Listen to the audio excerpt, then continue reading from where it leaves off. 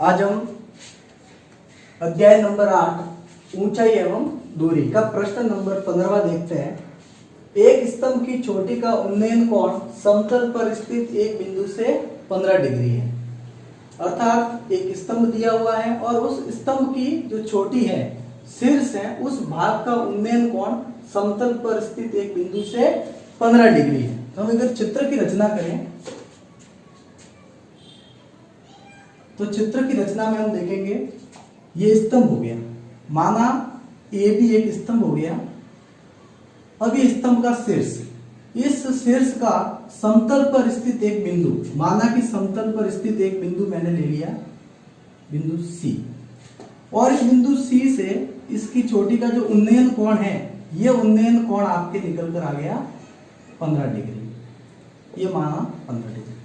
अब ये कह रहा है स्तंभ की ओर 100 मीटर चलने पर, यदि हम इस बिंदु सी से स्तंभ की ओर 100 मीटर चलते हैं, माना कि हम ये जो सीधी दूरी है वो 100 मीटर हमने तय करी और बिंदु डी पर पहुंच गए, तो यहाँ पर उन्नयन कोण 15 से बदलकर 30 डिग्री हो जाता है। तो यहां से ये उन्नयन कोण होगा, ये उन्नयन कोण आपके 30 डिग्री का हो गया। उस स्थिति में कह रहा है स्तंभ की ऊंचाई ज्ञात कीजिए।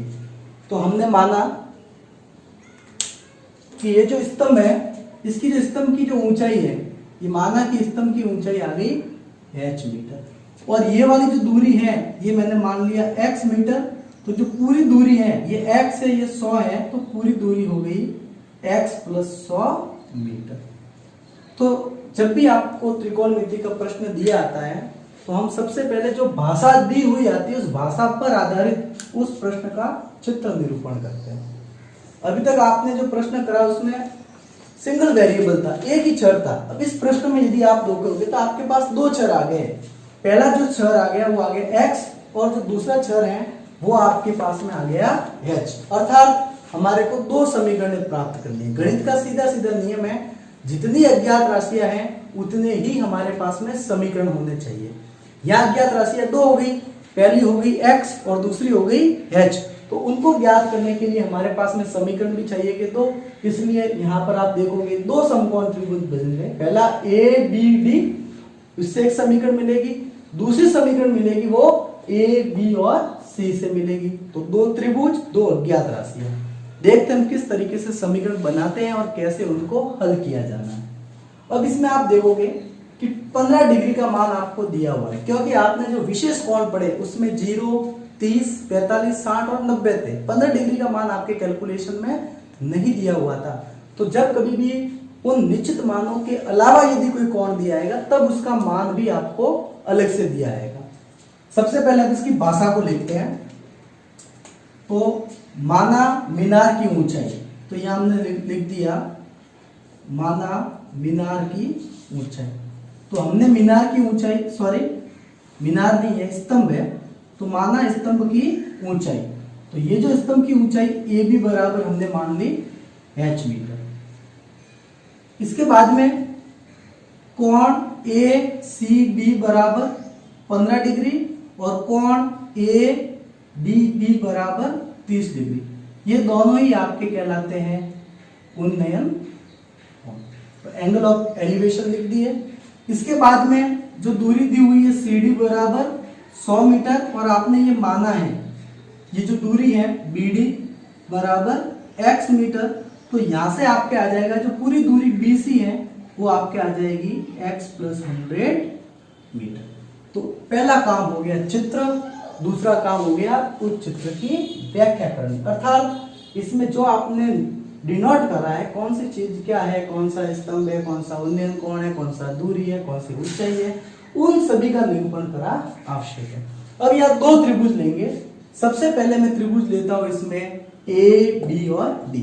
तो लिखेंगे समकोण त्रिभुज ए बी डी में। इस समकोण त्रिभुज ए बी डी की बात करें तो ये थीटा है। तो इस थीटा के सामने वाली जो भुजा है ये आपके कहलाती है लंब, और यह भुजा है आधार। तो लंब और आधार में आपने सूत्र पढ़ा होगा लाल कप का। तो लंब और आधार में हमारा जो संबंध बताता है वो कहलाता है टेन थीटा, अर्थात टेंजेंट थीटा। तो सबसे पहले इसमें लेंगे टेंजेंट थीटा। तो टेन, अब थीटा की जगह हमारा कितना है 30 डिग्री, तो टेन 30 डिग्री कितना होगा लंब बटे आधार। लंब हमारा ए बी और आधार बी डी, तो लिख दिया ए बी बटे बी डी। अब आपके पास में सारणी से आपने मान देखा होगा कि टेन 30 डिग्री कितना होता है। तो आप जानते हो कि टेन 30 डिग्री का मान होता है 1/√3। तो ये जो टेन 30 डिग्री का मान है वो हम यहाँ पर रख देते हैं। टेन 30 का मान हो गया 1/√3 और यहाँ से ए बी कितना है h, तो यहाँ लिख दिया ए बी बराबर h और बी डी कितना है x, तो यहाँ से लिख दिया मैंने x। आप क्रॉस गुणा करोगे तो x बराबर √3 गुणा h, समीकरण नंबर 1। मैंने आपको पहले भी बताया है कि यहाँ दो अज्ञात राशियां हैं, एक x और दूसरी h, तो इसमें हमारे को एक समीकरण मिल गया।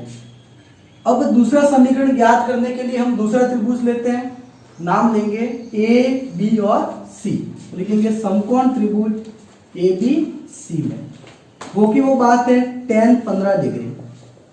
अब tan 15 क्या होगा लंब बटे आधार। अब यहाँ लंब तो है ए बी, तो हमने लिख दिया सर लंब तो ए बी। रही बात आधार की, तो यहाँ पूरा आधार होगा बी सी, तो यहाँ लिख दिया बी सी। हमारे पास में मान tan 15 डिग्री का मान हमारे को प्रश्न की भाषा में ही दिया हुआ है 2 - √3 बराबर ए बी। अब ए बी हमारे पास में है h, तो ये तो लिख दिया h और बट्टे बी सी वाली जो दूरी है वो है x + 100, तो ये मैंने लिख दिया x + 100। क्रॉस गुणा किया जाना है तो यहाँ मैं लिख सकता हूँ बट्टे 1, और जब इसमें क्रॉस गुणा करूंगा तो 2 - √3 का गुणा होगा x + 100 और बराबर h। ये मैंने मान रख दिया, इसको दे दिया मैंने समीकरण नंबर। तो मैंने दो त्रिभुज लिए, पहला ए बी डी और दूसरा लिया ए बी और सी। इससे मेरे को ये दो समीकरण मिल गए, दो समीकरण प्राप्त हो गए। इसमें दो अज्ञात राशियां, एक x और दूसरी h। अब हमारे को वैल्यू किसकी पता करनी है, वैल्यू पता करनी है हमारे को h की। इसका मतलब इसमें से x को हटाया जाना है। ये जो x दिख रहा है इसको इसमें से एलिमिनेट करेंगे, हटाएंगे, तब हमारे पास में जो समीकरण दो चरों से बदलकर एक समीकरण एक चर में आ जाएगी, वो रहेगा h। और इस विधि का नाम हो गया प्रतिस्थापन विधि। आप लोगों ने पढ़ा होगा 10वीं में। अब देखिए किस तरीके से प्रतिस्थापित करते हैं। तो समीकरण 1 से x का मान कहां पे रखेंगे, समीकरण 2 में। तो आपको यहां एक भाषा लिखनी है, समीकरण 1 व समीकरण 2 से x का विलोप करने पर या x का विलोपन करने पर। अब x का विलोपन किस प्रकार से किया जाता है वो आप देखोगे। समीकरण 2 को लिखता हूं मैं, 2 - √3। अब इसका जो गुणा हो जाना है x + 100 से।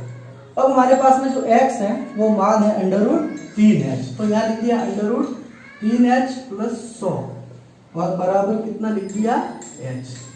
अब इसको हमारे को सरल करना है। मैंने कहा था कि यहाँ पर हमारे पास में अज्ञात राशियां दो हैं, जब अपन इसमें प्रतिस्थापन कर देंगे x का मान समीकरण 1 से 2 में, तब अज्ञात राशि 2 से किस में बदल गई 1 में, अर्थात यह एक ही चर में आपके रैखिक समीकरण है। इसको सरल करने पर मान h का प्राप्त होता है। देखिए कैसे।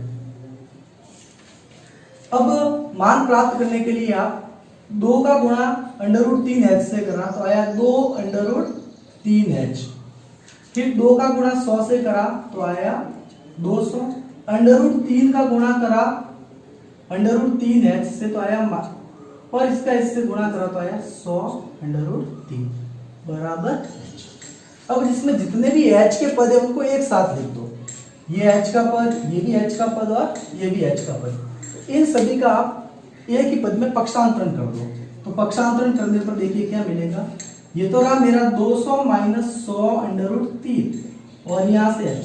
अब ये माइनस का पद है, जैसे ही पक्षांतर हो गया ये प्लस में बदलेगा, ये प्लस की पद जैसे ही पक्षांतर हो गई ये आपके बदल गई माइनस में। अब इसको सरल किया जाना है। देखिए कैसे सरल करेंगे, इसमें से कॉमन ले लो, या 200 और 100 है तो 100 मैंने यहां से कॉमन लिया, यहां रहा 2 माइनस अंडर रूट 3, और यहां से भी देखो h प्लस 3h जोड़ा तो ये हो गया 4h minus 2 under root 3 into h। अब यहां से भी अगर आप कॉमन लेके चले 2 माइनस अंडर रूट, तो इन दोनों में से कॉमन आपके क्या आएगा वो राशि देख लो। तो इन दोनों में से जो कॉमन आती है वो आती है 2h कॉमन आया, तो 4h में से 2h कॉमन ले लिया, तो यहाँ पर कितना रहेगा कि सर 2, और 2 रूट 3 ऑफ h में से 2h कॉमन ले लिया तो रहेगा माइनस का रूट ऑफ 3। अब ये राशि और ये राशि देखो, ये दोनों समान राशि है तो ये आपस में एक दूसरे से हो गई कैंसिल आउट, अर्थात h 2h is equal to 100, then h आ जाएगा 100 डिवाइडेड बाय 2, तो h बराबर आ गया निकल कर 50 मीटर। और h आपने क्या माना था, आप देख सकते हो h माना था मीनार की स्तंभ की ऊंचाई, तो आप लिख सकते हो अतः स्तंभ की ऊंचाई, तो यहां से लिख दिया स्तंभ की ऊंचाई AB बराबर 50 मीटर। तो इस प्रकार से इस प्रश्न को हल किया जाना।